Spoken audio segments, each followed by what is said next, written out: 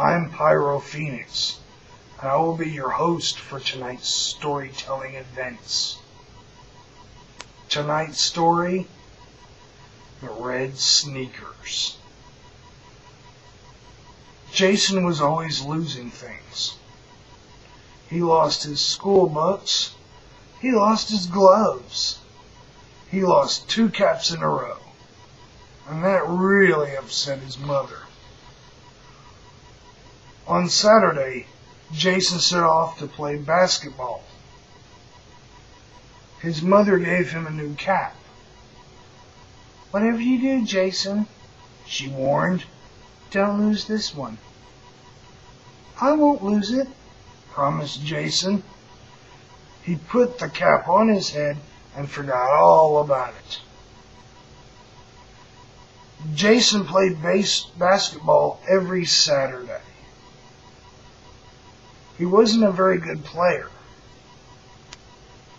He was usually the last one chosen on his team. And his team always lost. But he still loved to play basketball. On his way to the playground, Jason kept saying over and over, "I hope I win today. I hope I win today." As he turned a corner, Jason saw a strange old man holding a pair of red sneakers in his bony hands.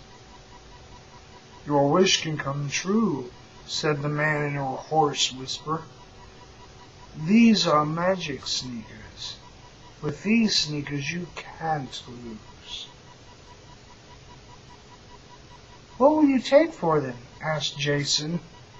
"The cap on your head," rasped the man. Jason knew that his mother would be mad at him, but he really wanted to win, so he traded the new cap. The minute he got on the playground, Jason put on the new sneakers. As soon as he did, his old tennis shoes curled up into 2 tennis balls. And they rolled away.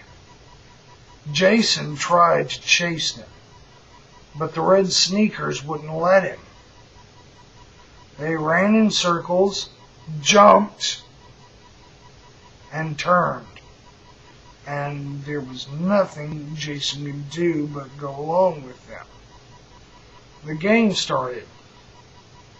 Jason played like a pro. The sneakers were like wings on his feet. "Go, Jason!" yelled his friends. His team won the first game, the second game, and the third game. Pretty soon it got dark, and the other kids went home for supper. "So long, Jason," they called. "Great game." Now Jason was all alone in the playground, dribbling, leaping, and dunking the ball.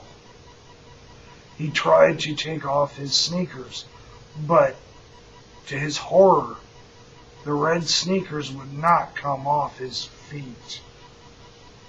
The moon came out and cast eerie light. The sneakers danced Jason out of the playground and down the dark and winding streets. He found himself on the porch of an old, creepy house. The front door cracked, and the sneakers took him right inside. Behind him, the door slammed shut. The red sneakers took Jason down to a dark, moldy basement. There he saw the old man with the bony hands. He was sitting on a huge throne made of living rats. The old man was wearing a crown made of bones. On the wall behind him were children's hats. Jason's new cap was right there. Welcome. Welcome back, boys and girls. Ready for another creepy tale? This one I like to call Jessica and the Ghost. The old Danvers house stood on a high cliff. No one had lived in it for a long, long time. Jessica Jones and her parents were moving in. Miss Jones looked up at the big old house. I wouldn't be surprised if there were secret passageways behind those walls, she said. The next day, Jessica decided to look for those secret passageways. She soon found a small dark tunnel behind a cupboard in the dining room. And she slipped inside it. She had to crawl because the ceiling was so low. At the end of the tunnel, there was a wooden door. Jessica pushed it open and found a dusty little room. The room felt spooky, as if someone were watching her. Jessica turned around and quickly crawled back to the dining room. Her heart was beating fast with fright. The next morning, Jessica woke up feeling better. "I'll be back," said Captain Gore. Then he vanished from Jessica's room. The door cracked open again, and a skeleton floated into the room. Bits of flesh stuck to the skeleton's bones.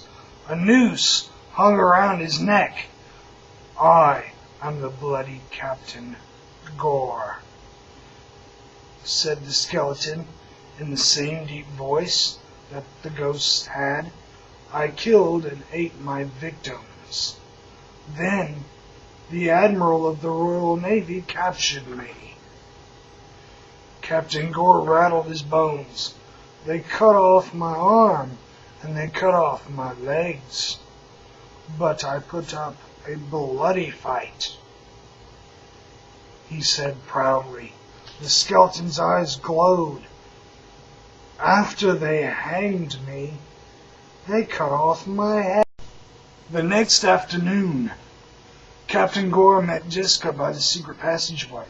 His head was on this time. He had jet black hair, glowing green eyes, a yellow tongue, and gray teeth. They walked outside and went straight to the bus stop. No one else seemed to notice the ghost as they boarded the bus. The bus picked up speed. Captain Gore had never traveled this fast before. His eyes got very wide. "This horror movie doesn't scare me," the ghost shouted. "Take me home." "This isn't the horror movie," said Jessica. "This is only the bus." As they got off the bus, a fire engine roared by. "This horror movie doesn't scare me," screamed Captain Gore. "Take me home!" A boy walked by with his radio playing loud music. "Look at the box is haunted. Take me home."